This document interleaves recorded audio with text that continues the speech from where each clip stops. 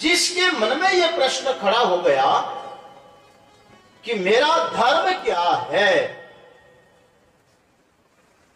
उसको यदि अपना धर्म समझना हो, एक भाई के मन में यह भाव आया कि मैं मेरा धर्म जानूं कि मुझे क्या करना चाहिए, मेरा कर्तव्य क्या है।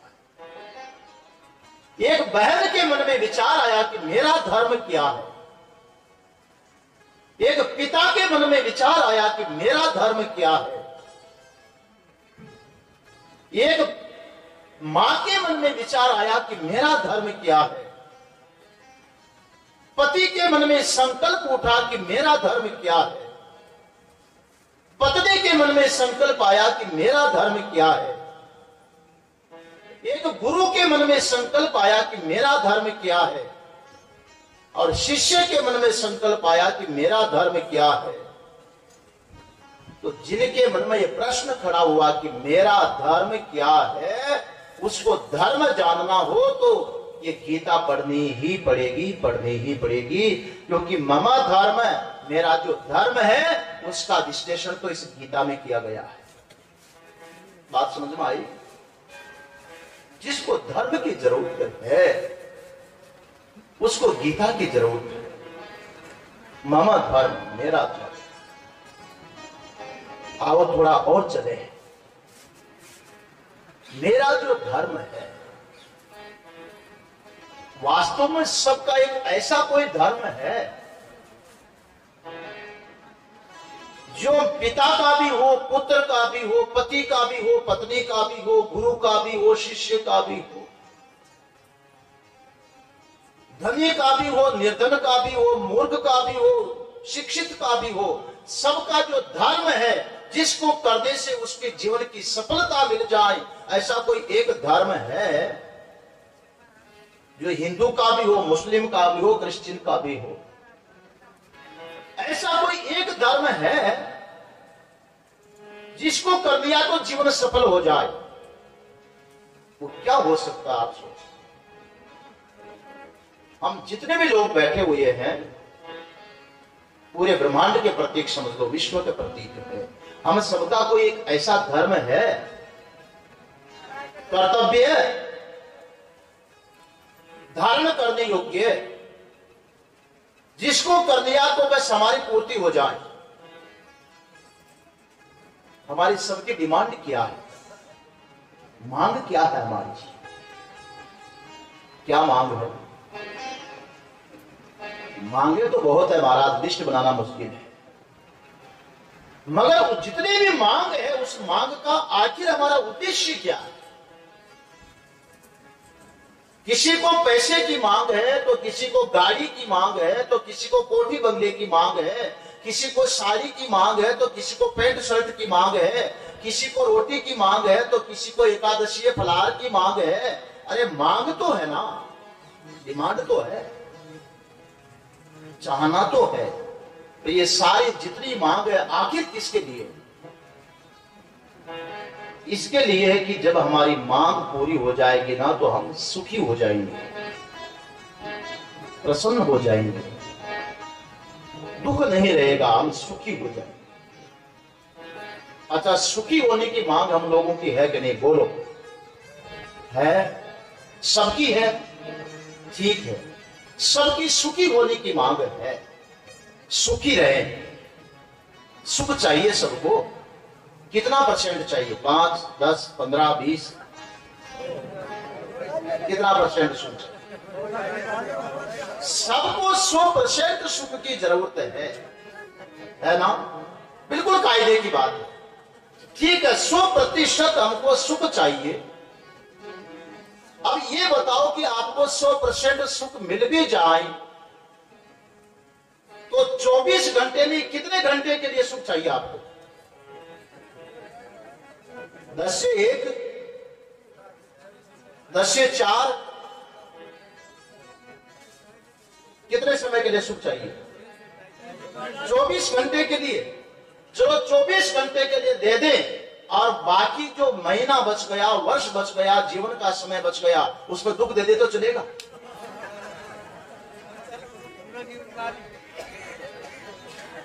अब बात बात यह है कि आपको 100% सुख चाहिए,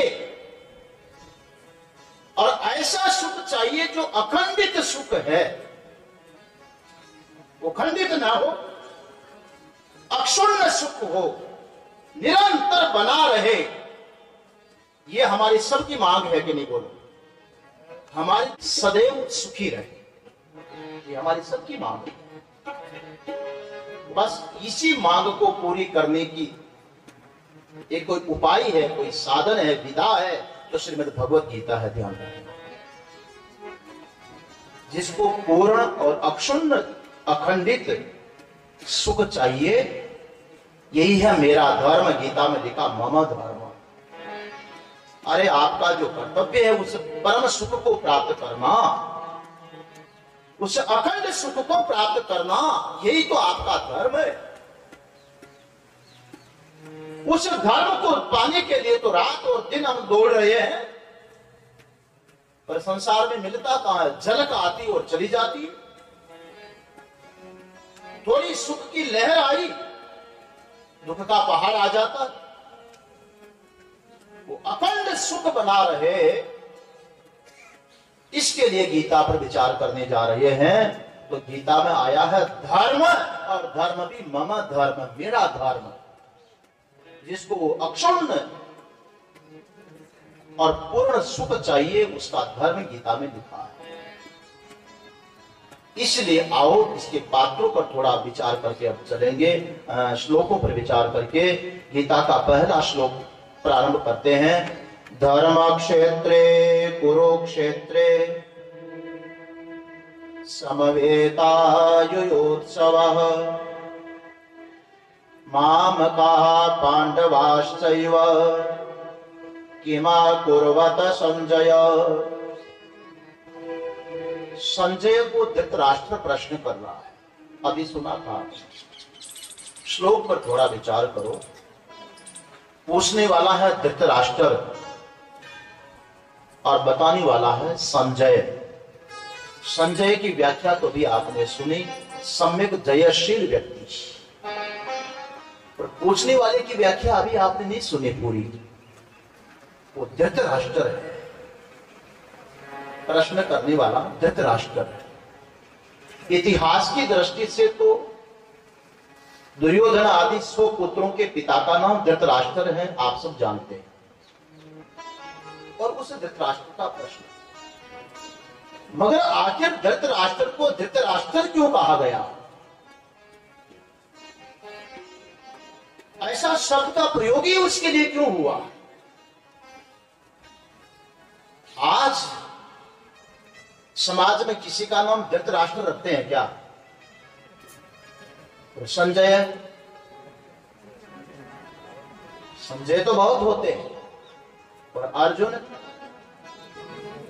बहुत होते हैं, पर भगवान स्वरूप,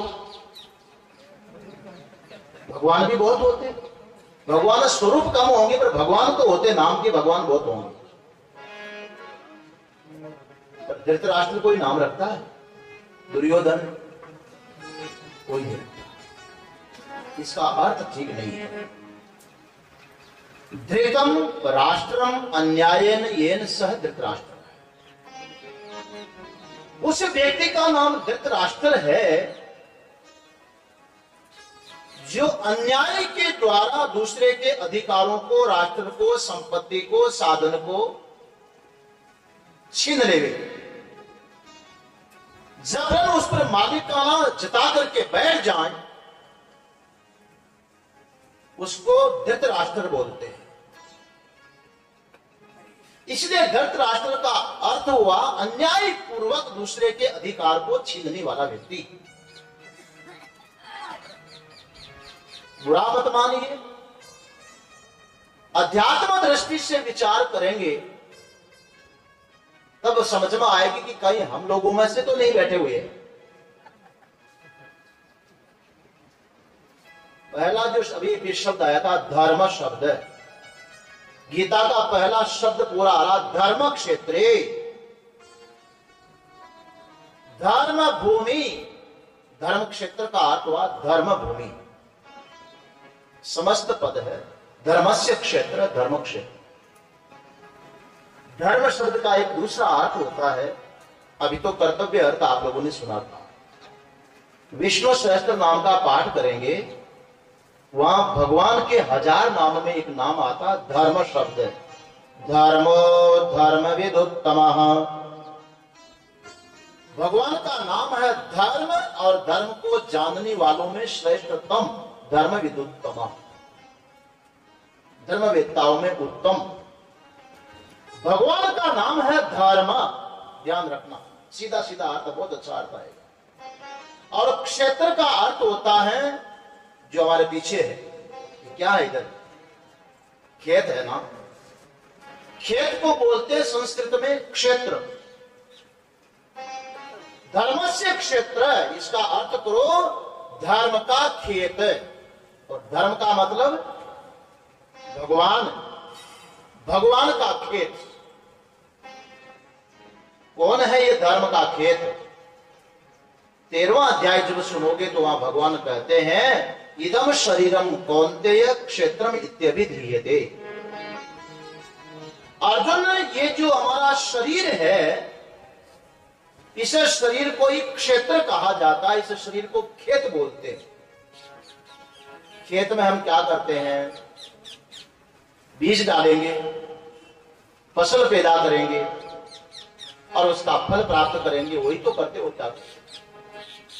कमा करके खाने में खेत काम आएंगे, जमीन है तो कमाओ और खाओ, फल प्राप्त करो।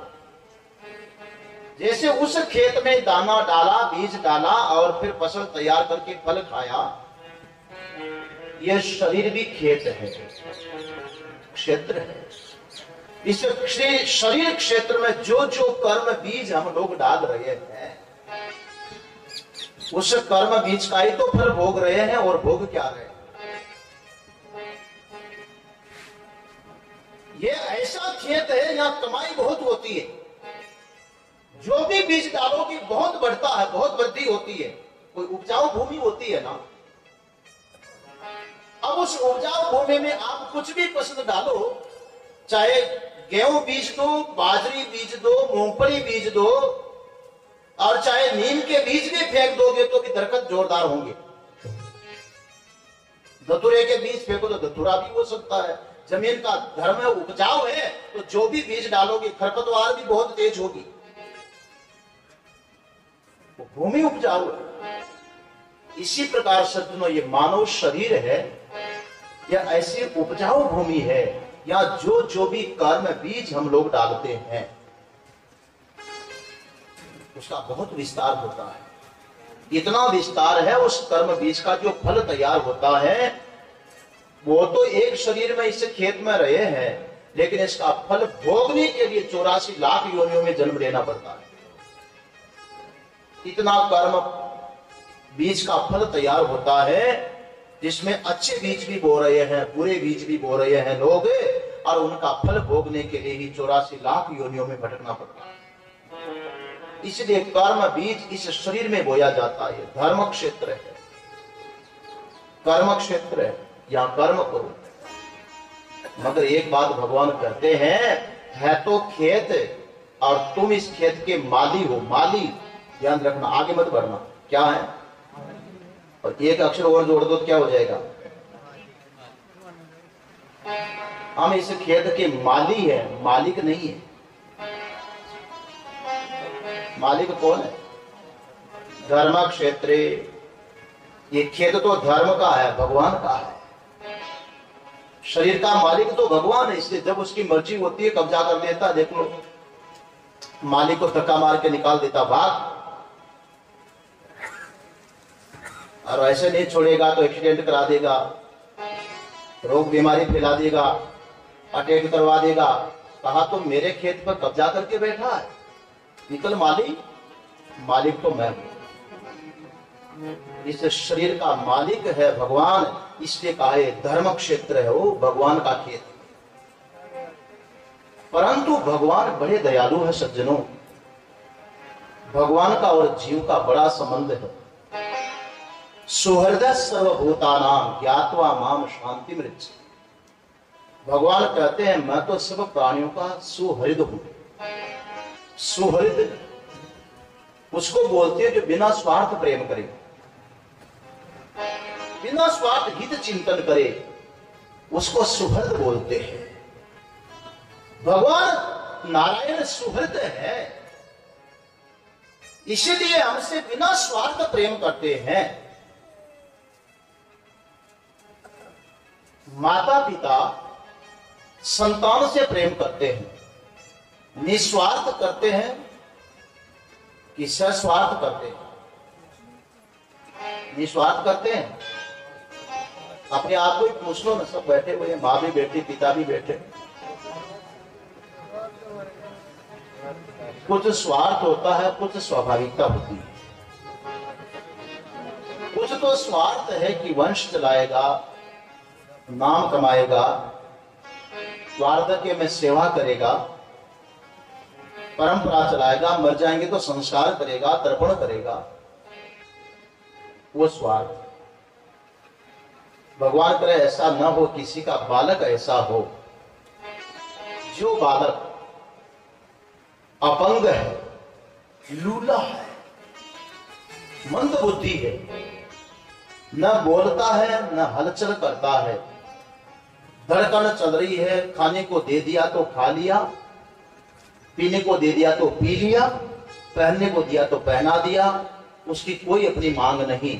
ऐसा कोई बालक हो, उस पर उसकी मां का प्रेम होगा कि नहीं? बोलो, होगा, ज्यादा होगा ना। पर क्या स्वार्थ है उस मां का उस बच्चे से? क्या उसको ये होप है, ये आशा है कि ये मेरा नाम रोशन करेगा, घर में दुल्हन लाएगा, बुढ़ापे में मेरी सेवा करेगी, बहू करो या मत करो, पर सोचती तो यही है।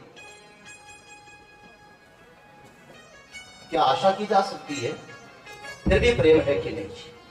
और ज्यादा प्रेम, जैसे मां उस बच्चे पर निस्वार्थ प्रेम करती है, भगवान श्री कृष्ण तो महाराज हमारे सब कुछ है, सब कुछ। नवम अध्याय में कहते हैं, पितामहस्य जगत माता धाता पितामह। अरे अर्जुन, इस जगत का पिता मैं हूं। तो कहा कि भगवान आप पिताजी हो, तो मां कौन है? भगवान कहते मां भी मैं हूं, उभय लिंगो। माता धाता पितामह, पिता हूं, माता हूं, और पोषण करने वाला भी, धाता भी मैं हूं। गोद में उठाने वाला, धारण करने वाला भी मैं हूं। लाड़ प्यार पुरस्कार देने वाला भी मैं हूं। कहा महाराज आप किससे पैदा हुए? तो भगवान कहते मेरे पिता का पिता भी मैं हूं। समझ गए? बिल्कुल स्पष्ट है। पितामहस्य जगत माता धाता पितामह, जगत का पिता मैं हूं, जगत का दादा मैं हूं, भगवान बोलते।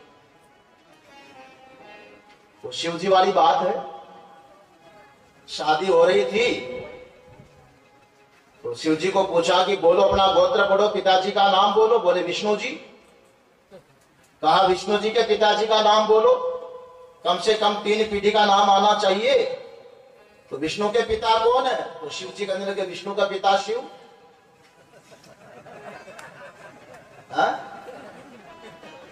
भगवान कृष्ण कहते हैं जगत का पिता भी मैं हूं, जगत की मां भी मैं हूं, जगत का धारण करने वाला भी मैं हूं, तो जगत का दादा भी मैं हूं। ऐसे भगवान कृष्ण धर्म क्षेत्रे कुरुक्षेत्रे समवेता युद्धोत्सव। प्रसंग पर आप आ जाइए। ये शरीर है धर्म क्षेत्र, भगवान का क्षेत्र है। और इस धर्म क्षेत्र में फसल पैदा करने वाले, बीज डालने वाले, उसको काटने वाले माली तो हम हैं, पर मालिक हम नहीं है। इसलिए एक विशेषण दे दिया कुरुक्षेत्रे। ये शरीर धर्म क्षेत्र है, इसी का नाम है कुरुक्षेत्र। पूर्व है कर्णानी, हमारी जो इंद्रियां है, करण, आंख से देखने का काम, कान से सुनने का काम, नाक से सूंघने का काम, जीभ से बोलने का काम, हाथ से लेने देने का काम, ये इंद्रियां जो शरीर में काम कर रही हैं, ये कर्ण क्षेत्र है, ये कर्म क्षेत्र है, कुरुक्षेत्र। यहां करो, कमाओ, निठल्ले होने की जरूरत नहीं है, क्योंकि कुरुक्षेत्र है, कर्म क्षेत्र है।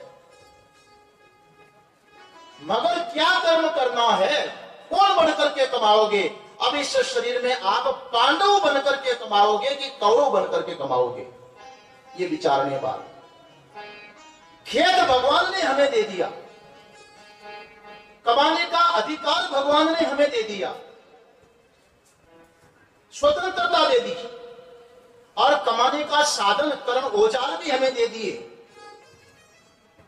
देखने के लिए, सुनने के लिए, बोलने के लिए, सूंघने के लिए, चलने के लिए, लेने देने के लिए, विचार करने के लिए कितना अंतःकरण दिए भगवान ने। यही तो कुरुक्षेत्र है, जिसमें साधनों की कोई कमी नहीं, साधन भरे पड़े। कुरुक्षेत्र, ये धर्म भूमि कुरुक्षेत्र में इकट्ठे हो रहे हैं दो ग्रुप।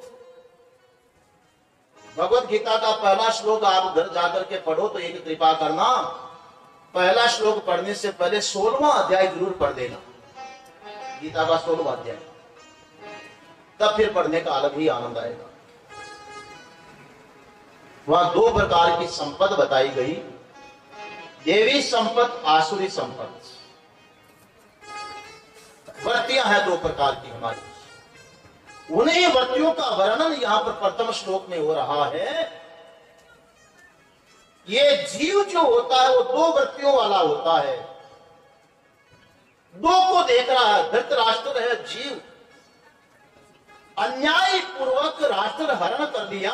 अब एक बात बताओ, अब धृतराष्ट्र की बात निकालने जा रहा था ना, याद आ गई।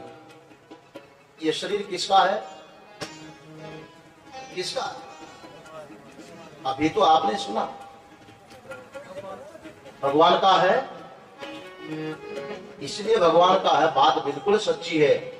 न पिताजी दावा कर सकते हैं, न माताजी दावा कर सकती है कि बेटा तेरे शरीर को मैंने बनाया। कोई कर सकती है? कोई दावा नहीं कर सकती। और जिस दिन दावा कर लोगे तो बच्चे का प्रश्न का उत्तर नहीं दे पाओगे। वो पूछने लग जाए कि तुमने मुझे बनाया तो फिर मेरी बुद्धि को ऐसी क्यों नहीं बनाई? मेरे फ्रेंड को तो 99% नंबर आते हैं और मैं तो पास होना ही मुश्किल है, ऐसी बुद्धि क्यों नहीं रखी मेरे अंदर? तुमने बनाया तो।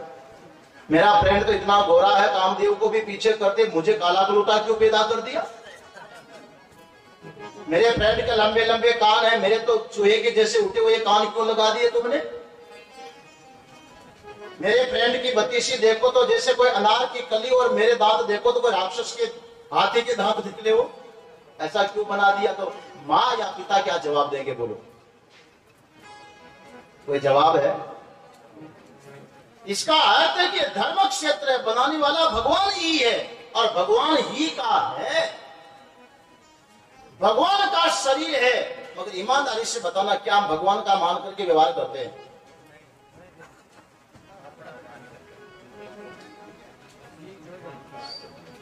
बस यही है धृतराष्ट्र का लक्षण। हो, ये राष्ट्र है, ये पराई भूमि है और अन्यायपूर्वक इसका मालिक बनकर के बैठ गया और इसका मालिक बना, इससे संबंधित खाते में जो थे सबको अपना मान लिया। पश्यताम पांडव पुत्राणाम आचार्य महतीम चमोम युधाम द्रुपद पुत्रेण तव शिष्येन धीमता।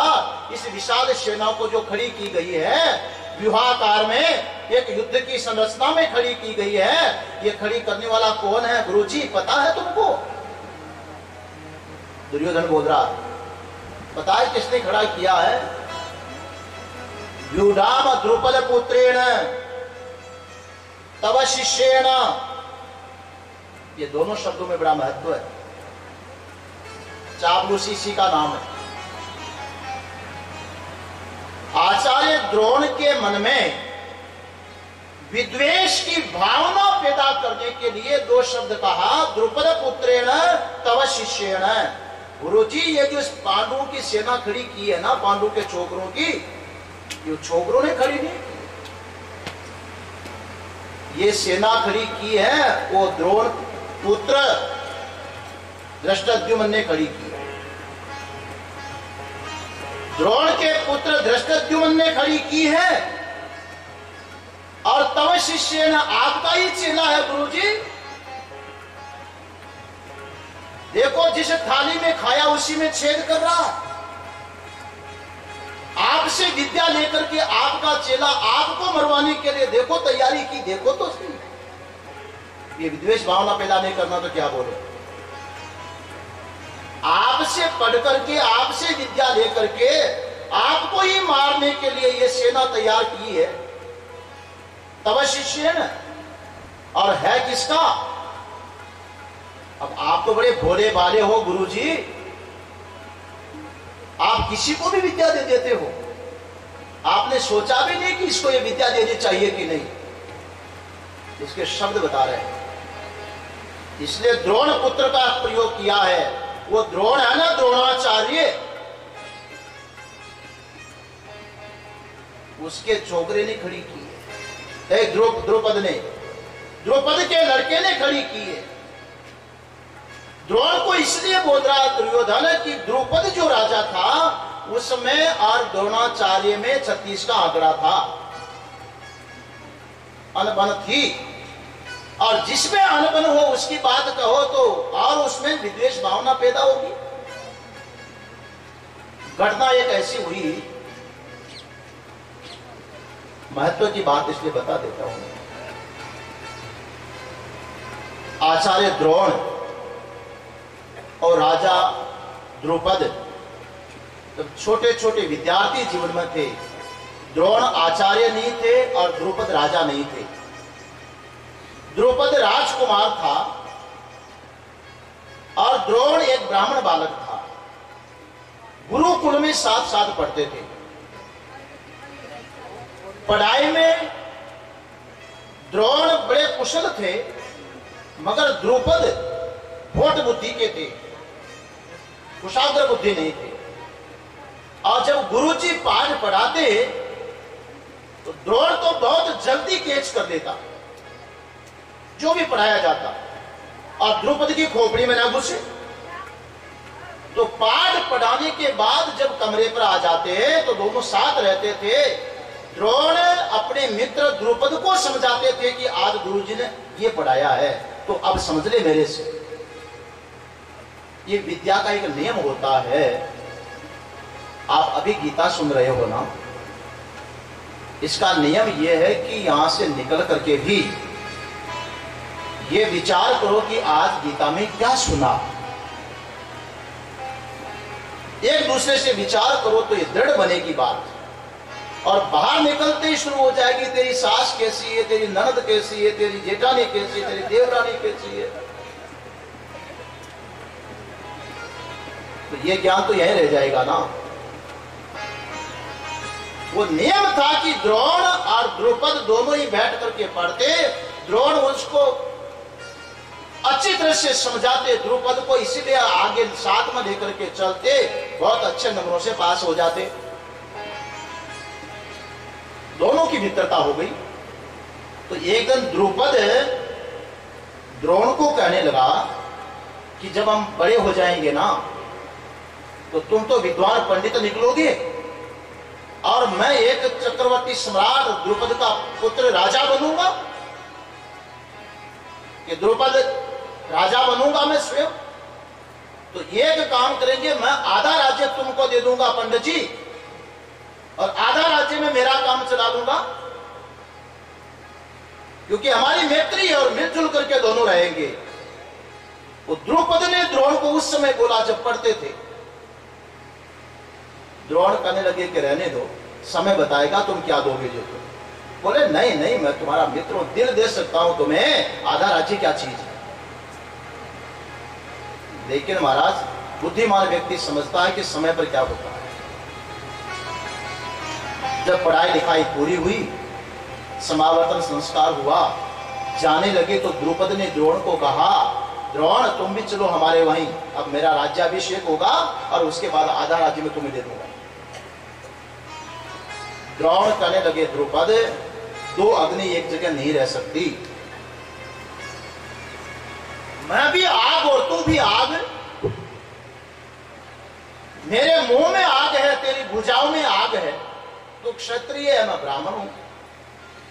मेरी जीभ चलती है, तेरा हाथ चलता है, और कभी कुछ बात होगी तो और मुश्किल हो जाएगी, तुम बात अनबन होगी, कुछ होगा, झगड़े की जड़ और है कौन, जर जोरू जमीन, ये राज तो झगड़े की जड़ है। और किसी दिन तुम्हारा हाथ चल गया तो दे करके वापस छीन लोगे फिर, और उस समय यदि मेरी जीभ चल गई तुम्हारा विनाश हो जाएगा। तो इससे तो बहुत अच्छा है कि या तो हुजूर नहीं तो दूर, या तो हुजूर और नहीं तो फिर दूर रहना ठीक। नहीं गए द्रोण, राजकुमार पढ़ लिख करके गया, राजगद्दी पर बिठा दिया, द्रुपद राजा बन गया, और ब्राह्मण ब्राह्मण के कर्म में लग गया, दोनों गृहस्थी में फंस गए। बहुत वर्षों के बाद जब वो द्रोण भी संतान का पिता बन गया, तो एक दिन छोटा सा बालक द्रोण पुत्र अश्वत्थामा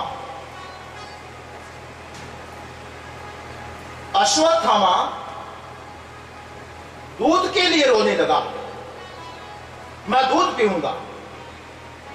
और रोते हुए बालक को देख करके पिता को बड़ा कष्ट हुआ, तकलीफ हुई कि आज मैं इस दरिद्रता में पहुंच गया कि मेरे बच्चे को दूध भी नहीं पिला सकता।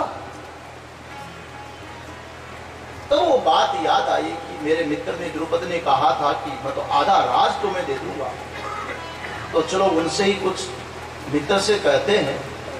मित्र का लक्षण ही ये है, आपद गतम न जहाति ददाति काले सन मित्र लक्षण विदम प्रवदंति संत। मित्र का लक्षण ये कि विपत्ति में अपने मित्र को छोड़े नहीं।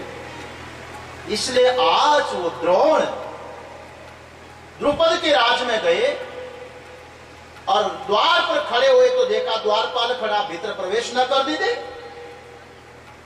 तब उन्होंने द्वारपाल को कहा कि जाओ राजा द्रुपद को बोलो कि तुम्हारा मित्र द्रोण आया है, द्रोण आचार्य द्रोण आया है। और द्वारपाल ने जब जाकर के उनको सूचना दी कि एक ब्राह्मण मिलना चाहता है राजन आपसे, और कहता है कि मैं द्रुपद का मित्र हूं। सज्जनों, आप जानते हो, नहीं असको जन्मेव जगमाई प्रभुता पाई जाहि मद नाही। संसार में ऐसा कौन पैदा हुआ है जिसको पद मिल जाए, अधिकार मिल जाए और नशा न चढ़े। द्रुपद तो राजा बनते ही, आजकल देख लो ना, चुनाव में देख लेना, तो बैठे और आने तक बुरा मत मांगना। जिसने वोट मांगने के लिए आएंगे ना, भिखारी की तरह हाथ जोड़ते फिरेंगे बच्चों से भी। देखा कि 20 साल का वोट देगा तो भाई साहब कैसे हो, और फिर 20 साल के बच्चे का दादा भी जाएगा तो भी आंख उठा करके नहीं देखेंगे, वो बाहर खड़ा रहना पड़ेगा मिलने के लिए। नशा चढ़ता, राजा द्रुपद को नशा चढ़ गया। द्वारपाल ने जाकर के कहा कि कोई ब्राह्मण द्रोण आपका मित्र बताता मिलना चाहता है। द्रुपद के शब्द निकले, उस ब्राह्मण को बोल दो कि एक राजा और भिखारी की कैसी मित्रता हो सकती है।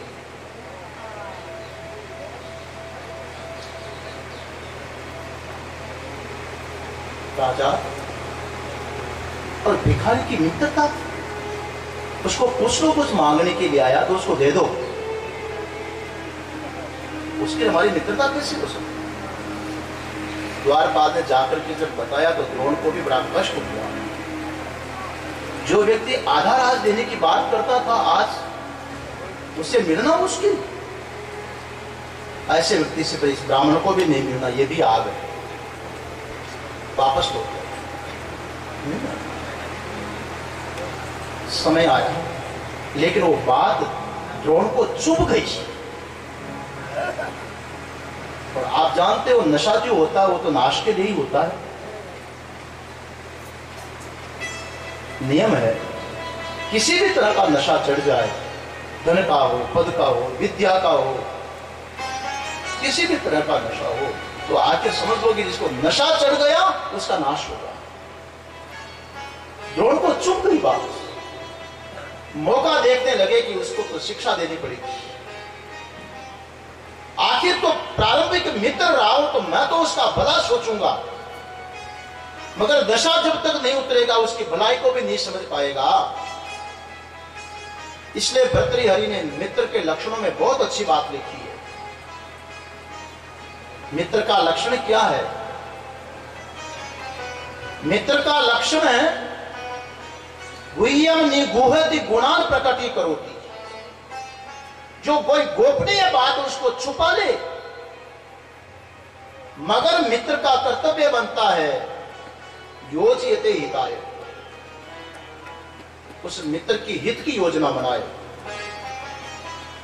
द्रोण ने सोचा ठीक है, उसकी बुद्धि ठीक करनी है, मगर कौन करेगा? इसका कोई उपाय सोचा।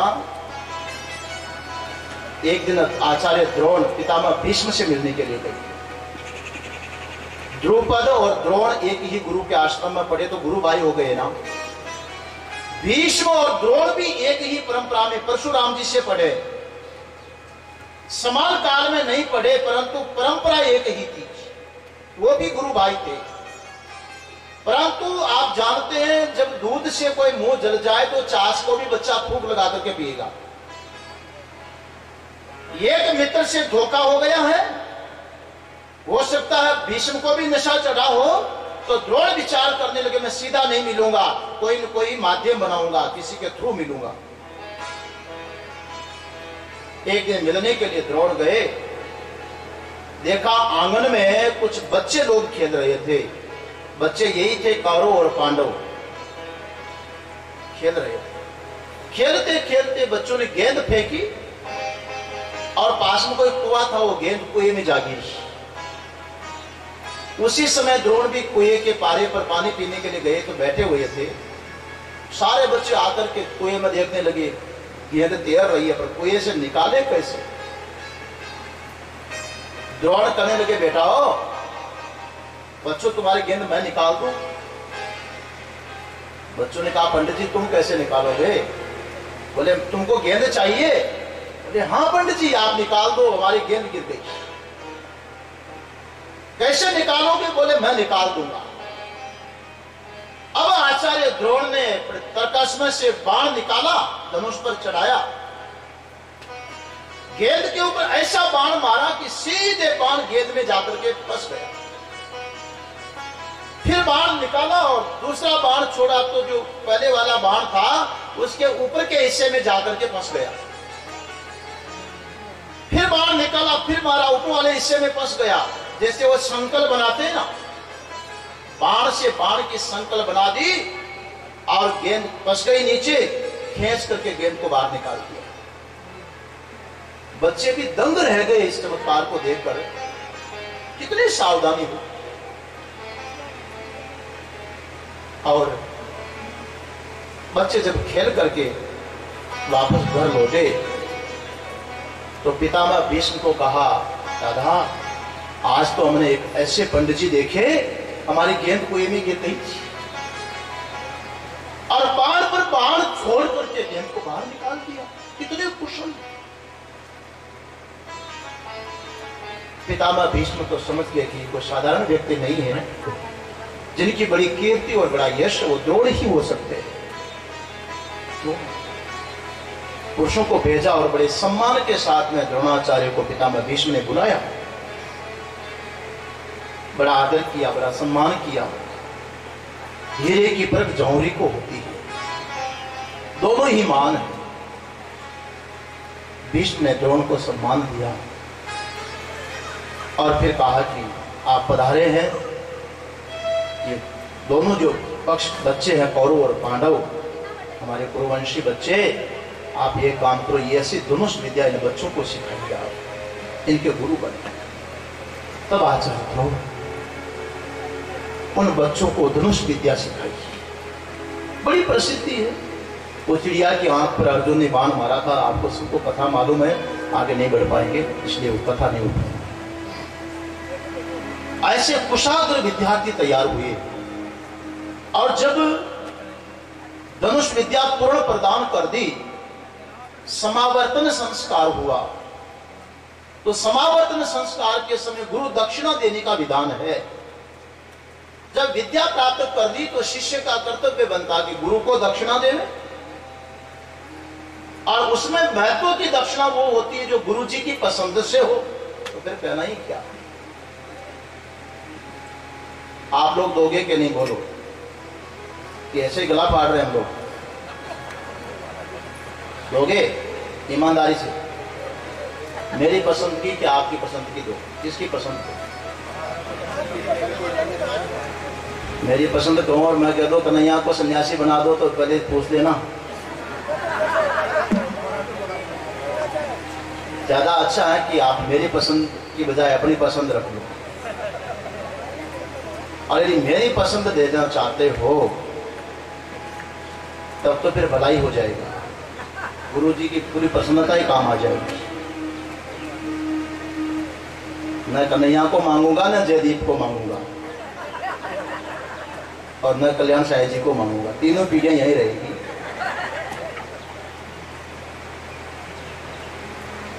गुरु दक्षिणा यदि मन चाहे देना चाहो तो वो देना कि इस गीता में यदि 9 दिन में आपको कुछ मिले उसको तो आप घर ले जाना। चढ़ाव उतार में, सुख में, दुख में वो चीजें आपको बहुत काम देगी। ये रत्न है, छुपा करके रखने की चीज, घर ले जाना।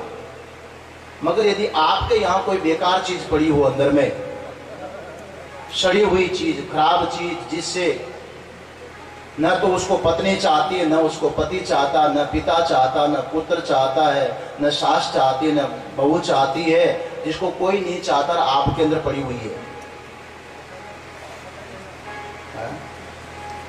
आप किसी को गाली दो, उसको कौन चाहता? पिता चाहता कि पुत्र?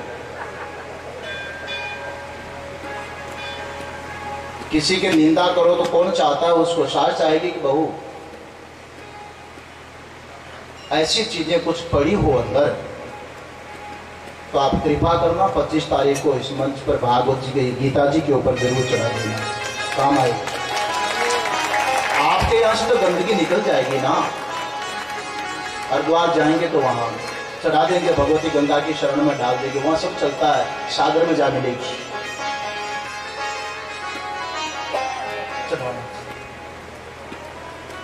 जब कौरव तो पांडवों की विद्यार्थियों की शिक्षा पूर्ण हुई तो कहा, गुरुजी समावर्तन संस्कार हो रहा है, हम गुरु दक्षिणा में आपको क्या देवें, क्या पसंद करोगे? आचार्य द्रोण के तो द्रुपद की बात बैठी हुई थी और ऐसे योग्य शिष्य तैयार हो गए। कहा, जाओ बेटाओ, मेरी मन पसंद दक्षिणा यही होगी, वो राजा द्रुपद की बुद्धि ठीक करनी है, इसलिए चढ़ाई करो, उसको पकड़ करके कैद करके मेरे पास ले आओ।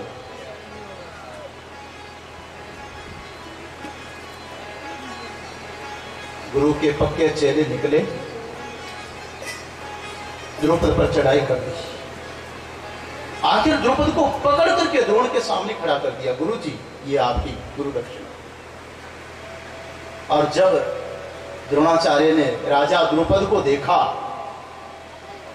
मुस्कुरा करके कहने लगे, बोलो राजन द्रुपद जी, क्या चाहिए आपको? तुम तो राजा हो इसलिए नहीं दे सकते हैं, लेकिन एक ब्राह्मण तो त्यागी होता है, इस भिखारी से कुछ ले लो। जीवन दान चाहिए तो वो ले लो, कोई विद्या चाहिए तो वो ले लो। और ऐसा व्यंग्य कसा तो द्रौपदी की तो जमीन खिसकने लगी। आज समझ में आए कि भिखारी मैं हूं कि ये।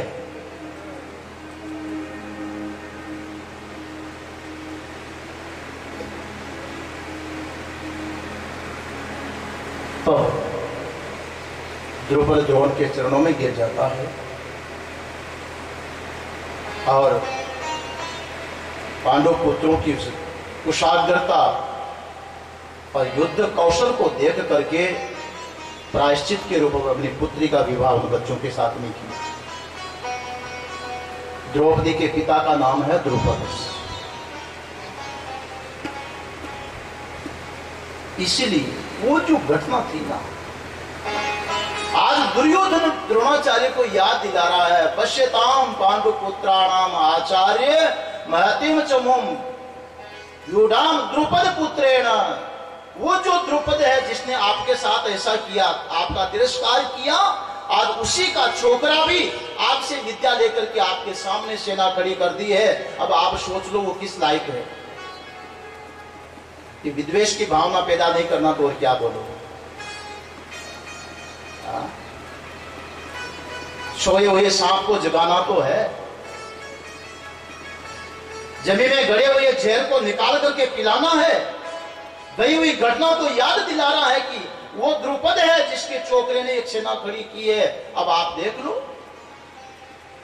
चापलूस लोगों का यही काम होता है, विद्वेष भावना पैदा करने का यही तरीका होता है। ये दुर्योधन की दृष्टि। पश्यताम पांडुपुत्राणाम आचार्य महतिम चमोम व्यूढ़ाम द्रुपद पुत्रेण तब शिष्येण धीमता। है बड़ा चालाक, आप जैसों से भी उसने विद्या प्राप्त कर ली है। धीमता बुद्धिमान है ना। इसका अर्थ क्या निकला? आपसे ज्यादा तो आपका चेला बुद्धिमान निकला जो तुमको धोखा देकर के विद्या सीख गया।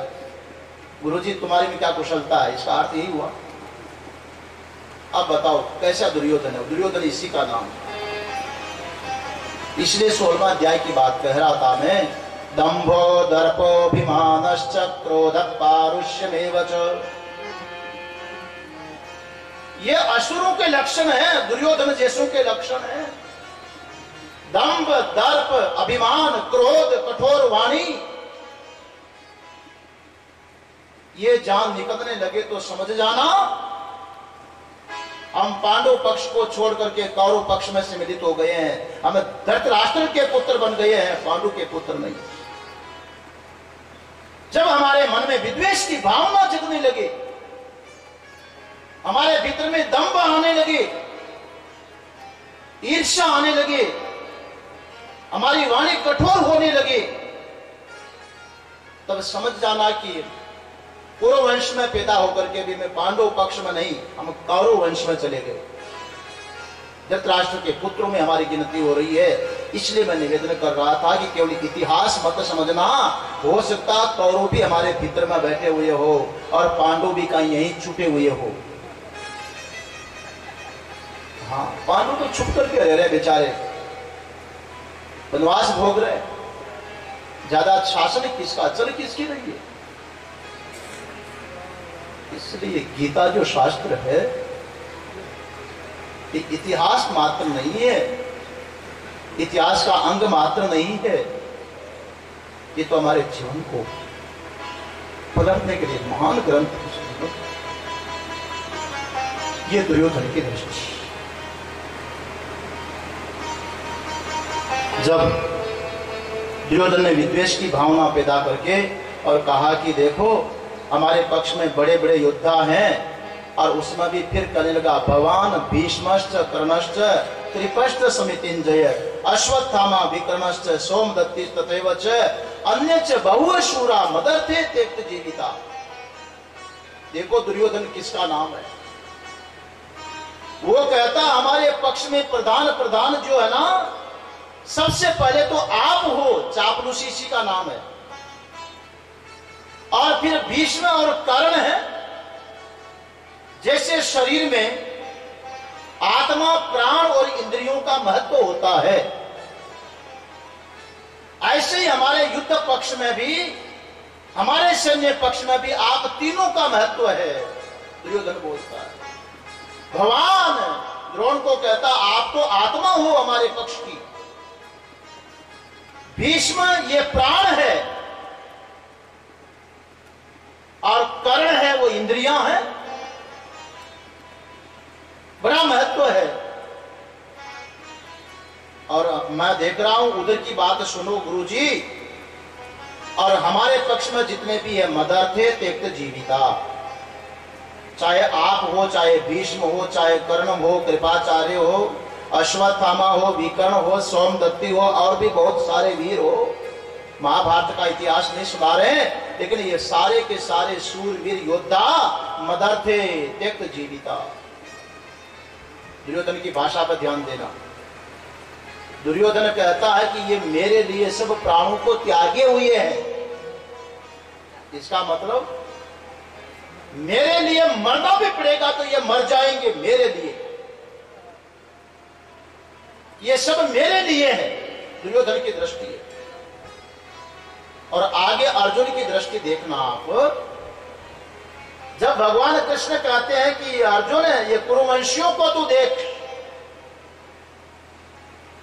धृतराष्ट्र कह रहा था कि ये मेरे और ये पांडु के हैं, और भगवान ने अर्जुन को कहा ये सब के सब कुरुवंशी है, कुरुवंशियों को देख। और सारे कुरुवंशियों को जब अर्जुन ने देखा और देख करके अर्जुन को मोह हुआ, और अर्जुन कहने लगा कि महाराज मैं युद्ध नहीं करूंगा। बोले क्यों भाई, तुझे युद्ध नहीं करना था तो मैं तो आराम से सो रहा था, मुझे क्यों जगाया जाकर के तूने?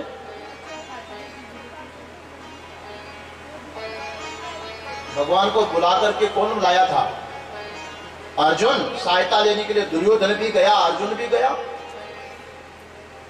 और वही निर्णय हो गया कि एक तरफ भगवान की चतुरंगिणी सेना रहेगी दुर्योधन की और एक और भगवान श्री कृष्ण रहेंगे। और फिर प्रतिज्ञा की युद्ध नहीं करूंगा, शस्त्र नहीं उठाऊंगा, और सारथी बनाकर के अर्जुन भगवान को लाया है। प्रार्थना किया कि आप तो मेरे सारथी बन जाए।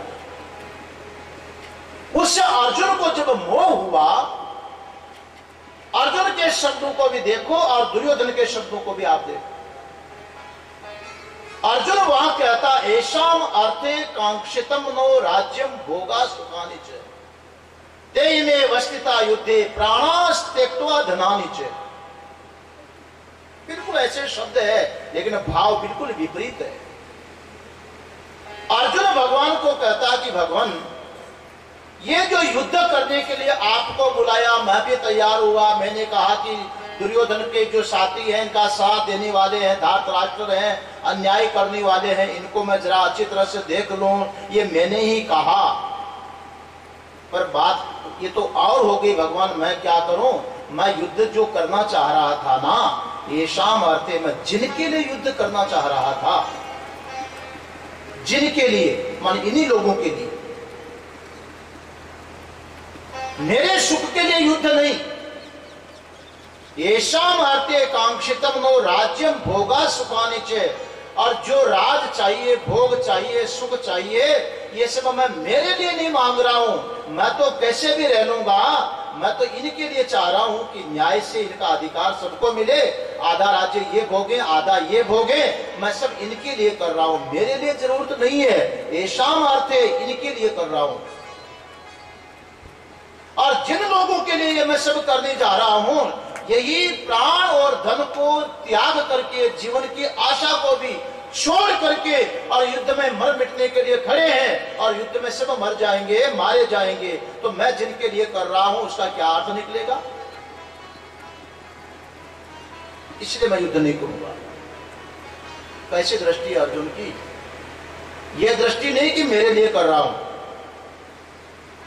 जैसे कोई पिता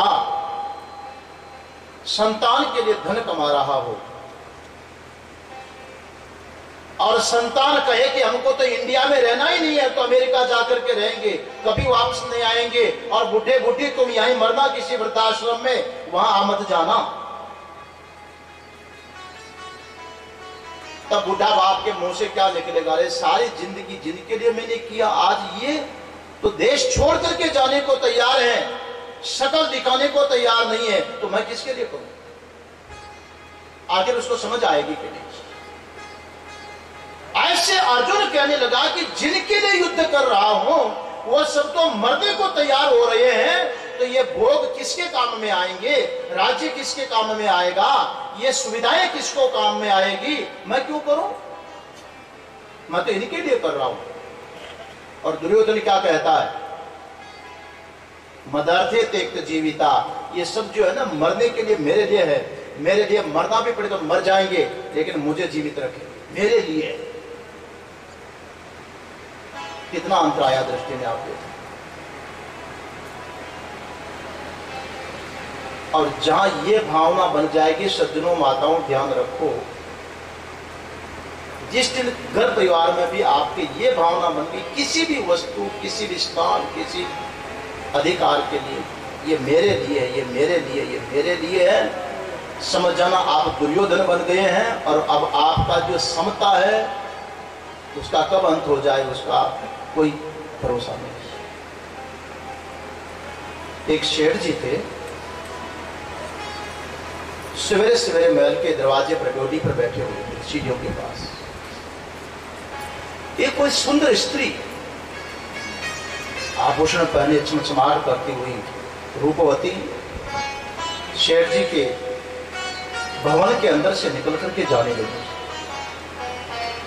शेठ जी भी देखते रहे कि ये बहन कौन है। पूछा, रे बहन कौन और कहां जा रही हो? तो वो कहने लगी, शेठ जी मैं तो लक्ष्मी हूं। कहा, लक्ष्मी? कहां जा रहे हो? बोले, आज मैं आपका ये घर छोड़ करके कोई दूसरे घर में जा रही हूं। क्यों, क्या हो गया? अब ये मत पूछो कि क्या हो गया, पर इस घर में मुझे शांति नहीं है, मैं वहां जाऊंगी जहां कोई शांति है। शेठ जी घबराए और कहने लगे, लक्ष्मी तुम्हारे बिना मेरा जीवन कैसे होगा? लक्ष्मी निकल जाएगी तो इस घर में क्या रहेगा? दारिद्र्य, दरिद्रता आकर के नहीं, सारे जीवन में नहीं आ। तुम्हारा सम्मान किया, तुम्हारा आदर किया, तुम क्यों छोड़ के जा रही हो?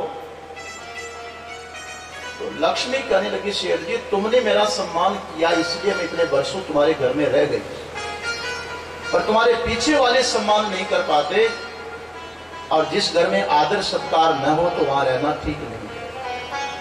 तजरे मन गांव गंवारन को जहां हेत प्रीत नहीं पुरुष से, चंचल चोर कठोर बसे पर धन हरे तन भार भरे, कथा न सुने धरणी धर की, चंद्र सखी फटकार चलो जहां लाज मर्याद नहीं कुल की, इसलिए मैं छोड़ के जा रही। शेठ जी कहने लगे, ऐसा तो मत करो। लक्ष्मी बोली, जाऊंगी तो जाना है मुझे, पर तुमने जीवन पर शेठ जी मेरी सेवा की, इसलिए मेरी भी एक इच्छा हो गई है कि मैं जाते जाते तुमको कुछ दे जाऊं, तुम्हारे अपने लिए कोई जरूरत हो तो मांग लो, मैं जाऊंगी तो सही। शेठ जी कहने लगे, शेठ बड़े बुद्धिमान होते हैं, बहुत बुद्धिमान होते हैं। एक शेठ जी ने ब्रह्मा जी की भक्ति की, ब्रह्मा जी खुश हो गए, तो शेठ जी को कहने लगे, वरम ब्रूही, शेठ जी वरदान मांगो, तुम्हारी भक्ति से खुश हो। तो शेठ जी वरदान मांगने लगे, ब्रह्मा जी आप खुश हो तो मुझे 3 वरदान देने का वरदान दो कि 3 वरदान दे सकता हूं। ब्रह्मा जी ने कहा, यही वरदान दिया कि तुम 3 वरदान मांग लो। कहा, ठीक है अब मैं 3 वरदान मांग लूं? बोले, मांगो। कहा, एक वरदान तो मुझे ये दो कि मेरे संतान नहीं इस लड़का हो जाए, और दूसरा वरदान मुझे ये दो कि धंधा नहीं चल रहा, धंधा चल पड़े। ब्रह्मा जी ने कहा, चलो दोनों वरदान दिया, तीसरा मांग। तो शेठ जी कहने लगे, तीसरा वरदान ये कि मुझे जब भी जरूरत पड़े आपसे 3 वरदान और मांग सकूं। ब्रह्मा जी, अच्छा दिया। थोड़े दिनों के बाद में शेठ जी को फिर जरूरत पड़ गई, ब्रह्मा जी का आह्वान किया, ब्रह्मा जी आए, बोलो मांगो शेठ जी, वरदान मांगो। कहा, भगवान 3 वरदान दोगे? बोले, जरूर दूंगा।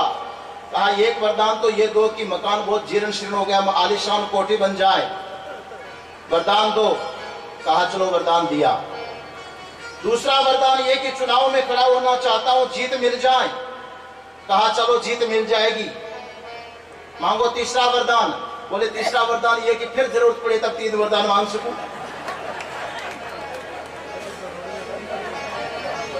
बुद्धिमान शेठ वो वरदान मांगने लगे, ब्रह्मा जी वरदान दे दे करके थक गए। ब्रह्मा जी जावे वापस आवे, जावे वापस आवे। घबरा करके ब्रह्मा जी नारायण के पास में गए। कहा, भगवान एक ऐसे भक्त से पाला पड़ गया, मैं परेशान हो गया, अब क्या करूं? नारायण कहने लगे, ब्रह्मा जी चलो तो प्रसन्न रह करके और बुढ़ापे का एहसास भी ना हो। बोले ये भी वरदान दिया, घोड़े की तरह दौड़ोगे सेठ जी। तीसरा वरदान मांगो। इतने में तो भगवान ने माया भेजी, सेठ जी के सिर पर बिठाई और सेठ जी के मुंह से वो पहली बात निकली नहीं कि 3 और मांग सको, और निकला कि उसके बाद जब शरीर छूट जाए तो मेरा जन्म न हो, मैं मुक्त हो जाऊं। तो ब्रह्मा जी कहने लगे जाओ सेठ जी, तीनों वरदान दिया और तीसरा जरूर दिया, तुम भी मुक्त और मैं भी तुमसे पैदा चुका। सेठ बड़े बुद्धिमान होते हैं। शेठ जी लक्ष्मी को कहने लगे लक्ष्मी जी मैं सोच करके बताऊंगा कि मुझे क्या मांगना है तुमसे, इसलिए आज मत जाओ, आज यहीं रुको। लक्ष्मी वापस लौट गई। दूसरे दिन सवेरे सवेरे लक्ष्मी जाने लगी। उससे पहले शेठ जी ने आज शाम को परिवार की मीटिंग बुलाई। आज सुबह लक्ष्मी जी जा रही थी, मैंने 24 घंटे के लिए रोका है और लक्ष्मी ने कहा कि तुम्हारी जो इच्छा हो तुम मांग लो। तो लक्ष्मी कल जाएगी, अब तुम अपना विचार दो बेटा, बहू, पत्नी, भाई सब अपना अपना विचार दो, लक्ष्मी से क्या मांगना चाहिए। तो किसी ने कहा कि धन मांग लो, किसी ने कहा पद मांग लो, किसी ने कहा पुत्र मांग लो, किसी ने कहा पत्नी मांग लो, क्या क्या सब मांग लो। एक बेटे की बहुत ही अच्छी पढ़ी लिखी संस्कारी परिवार की, वो कहा कि से पिताजी ससुर को कहने लगी कि संपत्ति तो घर में बहुत है पर सम्मति नहीं है, सन्मति नहीं है। बैठते क्यों प्रार्थना करते हैं कि सुमति दे हम सबको भगवान। ये सम्मति नहीं है, इसलिए अगर लक्ष्मी देना चाहती है तो मेरा तो विचार है कि और तो सब है ही है, चल रहा है काम, आपको सम्मति मांग लेना। बुद्धिमान शेठ जी को भी बात अच्छी लगी और दूसरे दिन बैठे थे, लक्ष्मी जाने लगी। कहा शेठ जी विचार कर लिया, क्या दो तुम्हें वरदान में, बोलो मैं जा रही हूं। तो शेठ जी कहने लगे लक्ष्मी जाना है तो जाओ, पर एक वरदान दे जाओ, जाती जाती हमको परिवार में सम्मति दे जाओ, सम्मति दे जाओ। लक्ष्मी जाना तो दूर रहा, वहीं पर बैठ गई।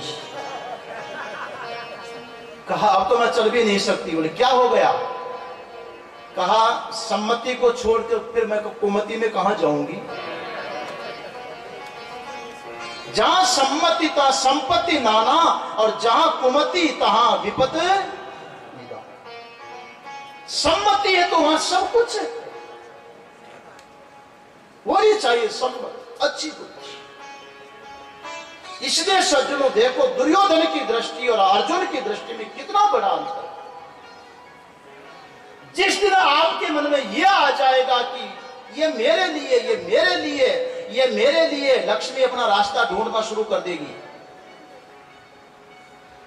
और जब सम्मति रहेगी, आपका भाव ये रहेगा कि ये सब कुछ इनके लिए है, हमें क्या करना, ये तो शरीर को तो मरना है। इसको 5000 की साड़ी ओढ़ाएंगे तो भी शरीर तो एकदम आग के हवाले होगा, और 500 की साड़ी ओढ़ाऊंगी तो भी आग के हवाले होगा, 1 लाख का गहना पहनूंगी तो भी, और गरीब हाथ में केवल स्वाग धारण करूंगी तो भी ये शरीर ही तो चलना है। करना क्या है, करोड़ की कोठी बना करके और वहां भी सुविधाएं भोगूंगा, और एक झोंपड़ी रह करके वहां भी तो रात काटनी है। जहां विधि राखे राम तहीं विधि रहिए, सबसे बढ़िया की सम्मति रहे, बाकी मेरा जीवन तो चल ही रहा है, भगवान चलाएगा। ये भाव जिस दिन आएगा ना, लक्ष्मी स्थिर हो जाएगी, बैठ जाएगी, कहीं नहीं जाएगी। भाव होना चाहिए अर्जुन के जैसे।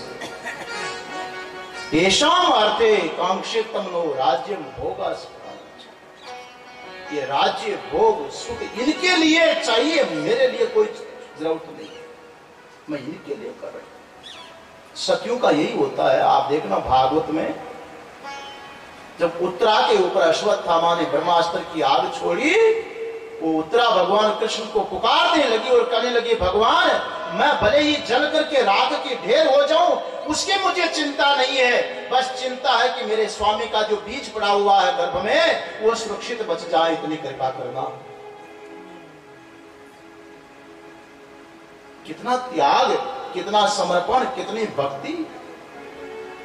द्रौपदी पर विपत्ति आई, द्रौपदी कहने लगी भगवान यहां सब एक दूसरे का काल बने हुए, रक्षा करने वाले आप। अर्जुन पर संकट आया, कृष्ण कृष्ण महाबाहो भक्तानाम अभयंकर। हे भगवान, भक्तों को अभय देने वाले तो आप हो। ये ब्रह्मास्त्र की आग धधकती हुई मेरी ओर आ रही, रक्षा करो।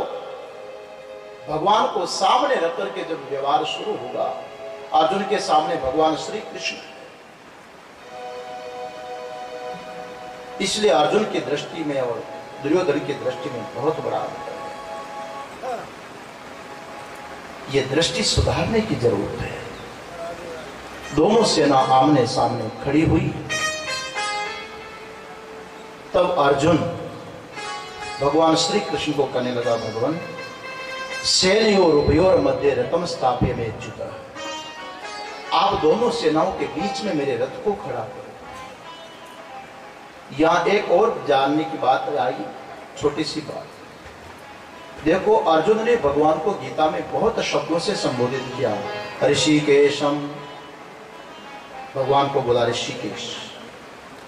हे कृष्ण, हे यादव, हे सखा, हे मधुसूदन, हे अरिसूदन, सब भगवान को संबोधित किया अर्जुन ने। मगर सबसे पहली बार और सबसे लास्ट में एक ही शब्द से संबोधित किया है। प्रथम अध्याय के 21वें श्लोक के उत्तरार्ध में अर्जुन ने भगवान को यह बात कही, सेनयोर उभयोर मध्य रथम स्थाप्य में अच्युत, हे अच्युत, दोनों सेनाओं के बीच मेरे रथ को खड़ा करो। हे अच्युत। और अंत में अर्जुन ने यही शब्द का प्रयोग किया है, नष्टो मोह समर्थे लब्धा त्वत्प्रसादान मया अच्युत। हे अच्युत, आपकी कृपा से मेरा मोह नष्ट हो गया, मुझे तो स्मृति प्राप्त हो गई। बीच में कई शब्द बोले, लेकिन आदि और अंत में अच्युत शब्द बोला। कोई रहस्य। दो पहलवान कुश्ती कर रहे हैं और कुश्ती में जो नीचे गिर जाए, पस्त हो जाए, उसको क्या बोलते हैं? हारने वाले को परास्त। तो आपके संस्कृत का शब्द, हिंदी वाले वो चित हो गया। अरे ये तो चित हो गया, बोलते हैं कि नहीं? जो नीचे गिर गया, पस्त गिर गया तो कहते चित हो गया। गिरने वाले को कहते हैं चित होना। ये जो शब्द यहां पर आ रहा है, इसी शब्द का अनुवाद है, वो अपभ्रंश है। हिंदी में संस्कृति का बिगड़ा हुआ रूप ही तो और है क्या? अलग से हिंदी कोई भाषा नहीं है, बिगड़ी हुई संस्कृति ही हिंदी है। इसलिए अच्युत शब्द है, एक चित होना, गिर जाना।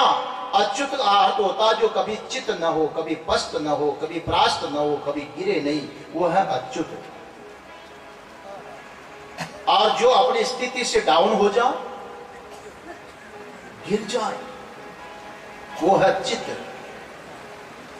अर्जुन को देखो, भगवान को कहा, यावत देता निरीक्षे हम योद्धु कामान वस्थितान केरमया से योद्धव्यम अस्मिन् रण समुद्य में। महाराज, मैं ये देखना चाहता हूं कि ये जो दुर्योधन है, दुर्बुद्धि, इनका पक्ष लेने वाले जो भी लोग, उनकी शक्लें देख तो लो जरा। कौन अन्याय का साथ करने वाली शक्लें हैं? इसलिए रथ को बीच में खड़ा कर दो, अन्यायकारियों को मैं एक बार दृष्टि से देख लूं। कितना जोश था अर्जुन की भाषा में। यह भाव था कि मैं युद्ध करूंगा, ये तो हमारा एक कर्तव्य है। अस्मिन् रण समुद्य में, ये तो उद्यम है, हमारा धंधा है युद्ध करना। और इसमें देखना चाहता हूं अन्यायकारी का साथ देने वालों के शक्लों को कौन साथ दे रहा है। और बड़े भाव में आकर के अर्जुन ने जब भगवान को कहा, भगवान ने चुपचाप रथ को दोनों सेनाओं के बीच में खड़ा किया। और खड़ा करते ही अर्जुन की स्थिति क्या हो गई? रथ को खड़ा तो कर दिया, और जब अर्जुन ने भर नजर खड़ा करके भगवान ने थोड़ा सा, जैसे कोई डॉक्टर थोड़ा हो रहा और डॉक्टर को दिखाने के लिए जाओ, डॉक्टर दबा करके देखता है, फिर कहा भैया अभी नहीं, आज एक इंजेक्शन देता हूं, कल तक पक जाएगा, फिर ठीक करेगा। तो इंजेक्शन लगा दिया, अब उसका दर्द घटेगा कि बढ़ेगा बताओ। दूसरे दिन जाएगा तो बेचारा मरीज तो रोने लगेगा, डॉक्टर साहब बड़ा दर्द हो रहा, बहुत पेन हो रहा, अंदर ही अंदर। तब डॉक्टर ने दबा करके देखा, बोले अब ठीक है, आज चीरा लगा करके सब मवाद निकाल देंगे, आराम से सोओगे। चीरा कल भी तो लगा सकते थे कि नहीं, कल तो और पीड़ा को बढ़ाया और इंजेक्शन देकर के पकाया, पकने के बाद उसको फोड़ा गया।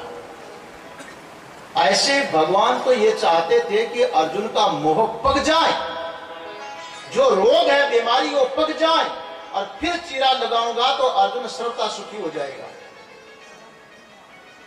इसलिए पहले तो भगवान ने पकने का इंजेक्शन दिया, दोनों सेनाओं के बीच में रथ को खड़ा किया, और धीरे से भगवान कहने लगे, अच्छा